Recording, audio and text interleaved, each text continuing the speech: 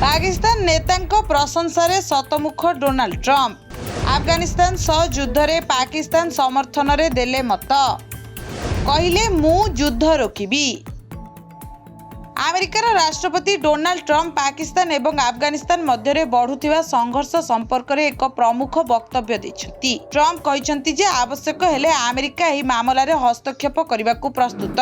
तथापि से यह मध्य कहिसंती जे तांकर पाकिस्तान सहित बहुत भल संपर्क अछि। ट्रम्प शहबाज शरीफ और मुनीर को प्रशंसा करी कहिसंती जे पाकिस्तान प्रधानमंत्री एवं सेना मुख्य उभय महान नेता, से उभय को बहुत सम्मान करती। ट्रम्प कहिसंती मु पाकिस्तान सहित बहुत भल भाबरे मिसी जाए। सेमानंकर जणे महान प्रधानमंत्री, जणे महान जेनेराल अछंती। मु प्रकृत रे दुई जनकू बहुत सम्मान करे। आंचलिक राजनीति दृष्टि ट्रम्प एही वक्तव्य बहुत गुरुत्वपूर्ण विवेचना करा जाउछि।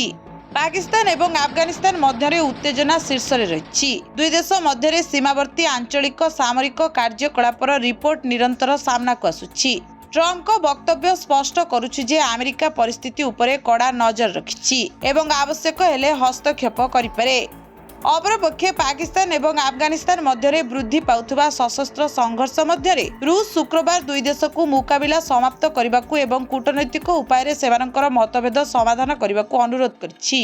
तेबे पाकिस्तान एवं अफगानिस्तान मध्य 2611 किलोमीटर लंबा सीमा जहां डुरान रेखा कहा जाए, काबुल द्वारा आनुष्ठानिक भाव में यह स्वीकृति प्राप्त नुहे, जहां नहीं दुई देश मध्य उत्तेजना लगी रही। सीमार अफगान तालिबान द्वारा कथित आक्रमणर जवाब रे पाकिस्तान एक सामरिक कार्यानुष्ठान आरंभ करिछि। दाबी करिछि जे ऑपरेशन गजब लील हक रे 133 तालिबान लड़ुआ निहत होइछंती, जहां नहीं एबे पाकिस्तान सह आलोचना पई प्रस्तुत थिबा कहिछि तालिबान। पाकिस्तान पक्षरु जोरदार आक्रमण परे आलोचना प्रस्ताव रखिछि तालिबान। काबुल कांदाहार परी सहर रे एयर स्ट्राइक करिथिला पाकिस्तान, जेउथिरे 400 रु अधिक तालिबानी प्राण हराइथिबा दाबी होइथिबा बेले शांति प्रस्ताव दैछंती तालिबान सरकार।